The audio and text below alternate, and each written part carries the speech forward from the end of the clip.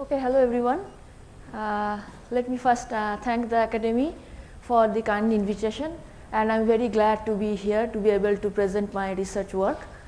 So, I will be talking on From Quarks to New Physics, the lessons what we learned from B Mesons.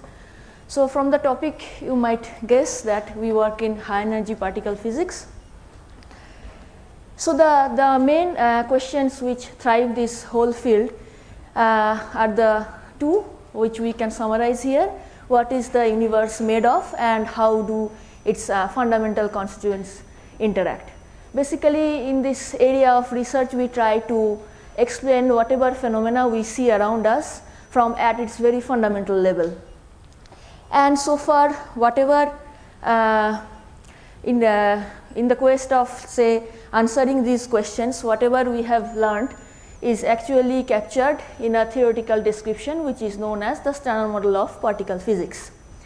So, I just show you here the particle content of this theory. So, here we see in purple color there exists some quarks which are interacting themselves, and they are responsible to make the structure of say hadrons, say protons and neutrons. There exists a set of leptons, 6 of them. They are just there. Electrons we just heard about it in the last talk, and there exist 4 gauge bosons which are shown in red. So, they are basically responsible for the fundamental mediation of the fundamental forces. For example, photon is the mediator for the electromagnetic interaction. So, the electricity and magnetism, all the phenomena which we know so far can be described by the interaction of the photon to the all other particles which I am listing here. Similarly, gluon is also responsible for the strong interaction, basically known as the quantum chromodynamics, how the quarks are actually inside this bounded inside the mesons. That can be described by the interaction of the gluon. And then we have the W and Z bosons which are responsible for the another fundamental force, which is the weak force, which tells us like why the sun actually shines and how one nuclear element actually disintegrate to another element. So, basically all those 3 forces can be written in this model in a quantum field theoretical description, where these interactions are written as some gauge group or say in group theory language. So, here I have just shown you the gauge group which is known as the Standard Model gauge group. And so far this is not just a theoretical construction, we have actually seen all these particles at the experiment, including the last one which is the Higgs boson, and that is responsible for the generation of masses for all the other fermions which are present, and also the gauge bosons in this theory. Not just these particles are seen at experiments, their properties are very well measured at experiments at per mil level. For example, the W and the Z boson properties are known very well. And over like thousands of verifications are there between the Standard Model and the experiment. So, it is a remarkably successful theory to describe the world so far we know at its fundamental level. But definitely there are certain open questions which this theory cannot explain. For example, we do not know how to incorporate the dark matter, which we see the existence from the astrophysical evidences. We know that the 27% of the universe budget, which is kind of 5 times more abundant than our ordinary matter. What is its nature, how it comes, that those questions cannot be answered through the Standard Model which I am showing here. Also, we see more matter than the antimatter, although if we believe that the Big Bang was creating the matter and antimatter in equal amount, why we see such a asymmetry, we do not know the answer from this theory. Also, the certain particles which are known as these neutrinos, they remain massless in this theory, but experiment has already proven that neutrinos are massive. So, we need to give some reason which is kind of beyond the scope of this theory. While these 3 are some experimental clues to motivate beyond Standard Model theories, we also have some theorist prejudice which I would say that those are listed in these last 2 points. So, why the fermions? So, basically the fermions are starting from say electrons to the heaviest one is the top one. So if we see the mass spectrum, all of them are observed at experiment. If we see the mass spectrum, there is a huge 7-8 orders of magnitude difference. And from theory side, we want to understand why there is like such a difference between the masses. So that's known as the mass hierarchy. Also the Higgs, which was discovered actually just 4th July, today is 3rd July in 2012. So we still from theory side, we cannot make its mass completely stable from quantum correction. So these are the theoretical issues of this theory. So far we are kind of standing in somewhere where we have success, we have open questions, but definitely we did not see anything directly in our experiments which are currently going on. So how do we actually proceed from here? So there are actually two ways to proceed. Definitely we need more experimental input. One way is we directly produce some new particle or just try to measure their properties at colliders. So this is a picture of the Large Hadron Collider, so at CERN, Geneva. So where people are actually having two proton beams colliding each other at several places. So these are the 4 places where proton beams are collided. They are actually going through this circular tunnel, and at those 4 places detectors are installed. So basically just to see what is coming out from those collision. So direct production means you increase the energy, you produce maybe some heavy particle at those accelerators and try to discover them. But however, we so far did not succeed to discover any new particle after the discovery of Higgs boson, which is already proposed in the Standard Model. There is also another way which is known as the indirect effects, for which we need basically precise measurements. So just schematically I am trying to tell you what do I mean by indirect effects. So for example, say at experiment we measure some quantity which should be unity with some 10% error, and from our theory side the Standard Model tells us that that quantity which we measure is around 70%. So there is a mismatch between the data and the theoretical prediction. So might be possible that this mismatch is causing because of the contribution coming from any new particle. So that is kind of telling you the hint of indirect way of telling you that existence of some new particle, which is I am just showing you here, fulfilling the gap between this data and the theory. So these are known as the indirect ways, and they can probe the energy scale which is much beyond the scope of the direct colliders.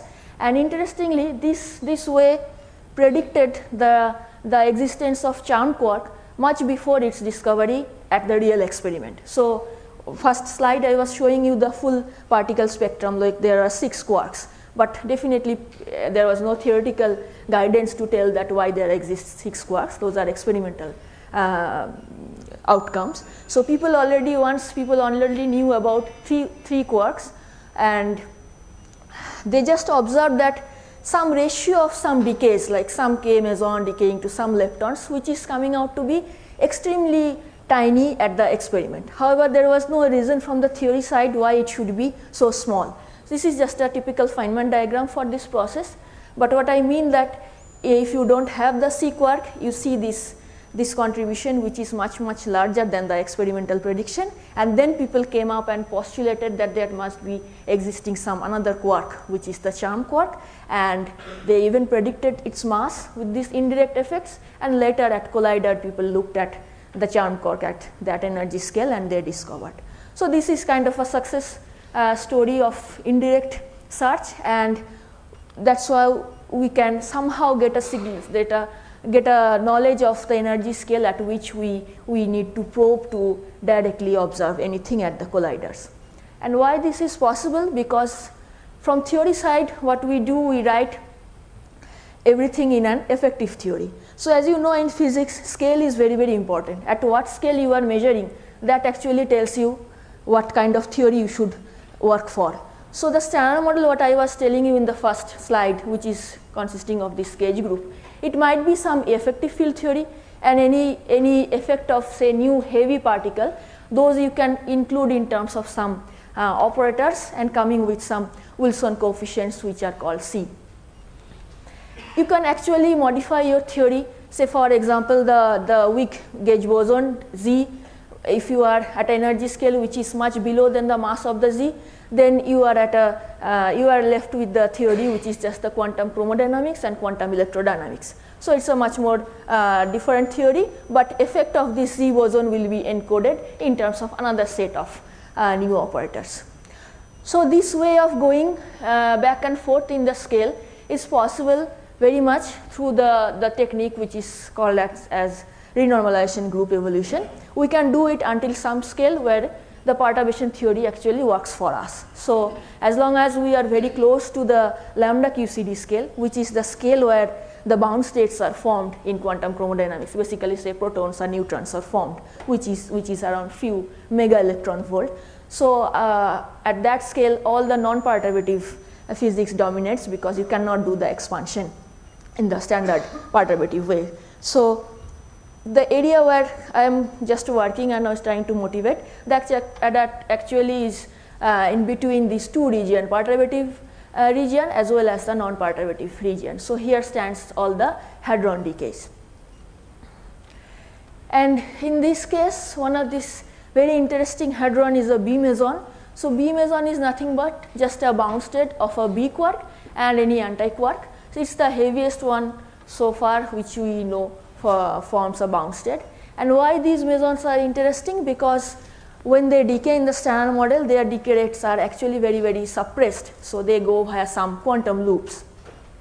So if there are any heavy new particles or interactions, they can contribute to this mode via the decay.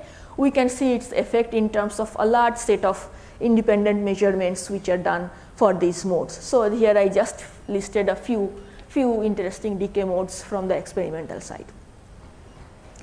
So in experiment, we have dedicated colliders to study the properties of these B mesons. So in the left I am showing this is a collider which is known as BEL 2, situated at Tsukuba, Japan. So here people are colliding two electron and positron beams, which is at the center of mass energy of a BB bar pair, and then people are studying the outcomes or the decays of the B meson at different properties. Similarly, as I mentioned, within LHC there is a dedicated detector which is known as LHC-B, which is also looking for all the properties of the B meson. And so far currently what we have some interesting tensions between the data and the theory which are known as B anomalies. So here I am just showing you one angular observable for some particular mode B2K star mu mu, and this is like where you can see the error bars are the experimental measurements and the bands are the theory predictions. So there is some mismatch between the data and the theory within certain region. Similarly, for another channel you see that somehow the data and the theory is not matching, so somehow hinting us to go for some indirect maybe indirect signatures for something new, and the deviations are at the level observed at 3 sigma confidence level. Okay, so if we look from the theory side, what goes into this calculation, as I said, angular observables, they depend both on short distance and long distance physics. So in the short distance we have the Wilson coefficients which we can calculate easily in perturbation series, and that is where all the effect of heavy particles will come. The long distance is always difficult. We need the non-perturbative techniques because there exist the form factors, because these are ultimately the bound states, the mesons are bound states and they are decaying. So while calculating the form factors, there are certain techniques which are known as light cone sum rule, lattice QCD, heavy quark effective theory, and tremendous effort is going since past to actually improve these form factor predictions.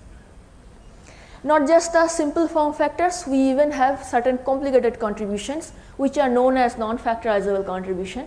So this is just the typical diagram which I was showing you, the penguin diagram for a B2A SLL transition which is going via Charn loop. Then I was telling you the scale of EFT which I can go from here and there using RGE. The thing is, the B decays are at the B quark scale, so we can integrate the heavier ones beyond the B scale, but charm quark is much lower than the B scale, so those are still the dynamical degrees of freedom, and if they emit a gluon and which is ending inside the mesons, those contributions are very difficult to actually quantify because limited by the unknown QCD dynamics. So the main challenge for us is to, whenever we are comparing data to theory, we have to improve the precision of the estimates. And that's what we were trying in few of our works. So the standard, one of the very important method which calculates the I will take a couple of minutes maybe. So calculates the non-perturbative things is known as the light cone sum rules. So here we actually write a correlation function which is based on operator product expansion. We can write the perturbatively calculable amplitude as well as the non-perturbative things are included in condensates, and we use the dispersion relation to actually connect it to physical parameters. Of course, there are limitations. We rely on some model ansatz that the ground state is actually saturating most of the spectral density, and then the Borel transformation is actually suppressing the continuum. And we also have to impose the quark hadron duality. That means beyond certain energy scale, your hadron physics is mimicked by the interaction between the quarks and the gluons. So that contribution which I was showing you, the non-factorizable one, which looks like a bit this one, with the complete amplitude, and this h mu is that contribution generated from these 4 quark operators. So we try to compute this contribution, which is a time order product of this electromagnetic current and with these 4 quark operators using the light cone sum rule. I am just skipping all the details at this point. What causes the overall the contribution is actually causes actually a shift in the Wilson coefficient C9. So that's where all the new physics effects are there. So that's why I am just trying to send the message that it's very, very important to distinguish the QCD with the new physics, so that we are not making any mistake while identifying it. So some previous calculations, there were order 3 difference between these predictions. So recently with my student Praveen and the 2 postdocs Alam and Ipshita, we have actually computed the whole contribution including complete set of the LCDS, and we find that there is some 10 times enhancements in the non-local form factors for these channels. We have also actually improved the precision of another important key parameters which are going into the form factor calculation, known as the inverse moment of LCDS. So we use the lattice data for the form factors, and we have the theory predictions from light cone sum rule, which depends on this parameter which we want to extract. And what we find in these 2 works, one is for B, another is for B sub S, that the contribution that the uncertainty in this parameter, which is actually improved almost twice than the so far known computation, and that's why we see also another improvement in the form factor predictions. So what I am trying to send the message here is that the precision physics is very, very important when we try to compare theory with the data, and the data is like piling up a lot because both BEL2 and LHCb, these 2 colliders, will be running for at least for next 10 years. So we will have definitely the validation of discrepancies observed so far, and we will have like several decay modes. Already we have several decay modes which are measured at experiments, but we do not have any theory prediction for those. So we really need the theory community to come together and compute these complicated contributions to improve the precision. So maybe in one day the precision prediction may reveal some of the first cracks of the standard model of particle physics. So thank you very much for your attention. Thank you, Dr. Mandal. We have time for a few questions. Yeah, there and there. Thank you for the talk. My question is, CERN is going to undergo for the next 4 years a high luminosity upgrade. How do you see your field evolving with that? Right. So as you see here, exactly what you said correctly, we are in this long shutdown period, and after that there will be high lumin era, and this luminosity plot is for LHC-B only. That means the one which is doing the B physics, and you see like huge amount of data will be piled up, and there will be definitely the validation of the discrepancies and several new modes. So it's really a very, very interesting channel area to explore. So I provide evidence for new particles. What kind of attributes of these particles do you assume in the theoretical models? Do you assume that they only interact via the weak interactions and EM interactions, so they just have some electrical charge and some isospin, or is there something more that you... It depends. Like at the moment, these B decays are weak decays. So definitely they will have some kind of weak interaction, but they can have also some new gauge interactions as well. That's like depends, it's like bottom to top approach. So in the bottom we have the EFT. From EFT, when we go for the model building, we can have several possibilities, but definitely it will be narrowed down by the data as well.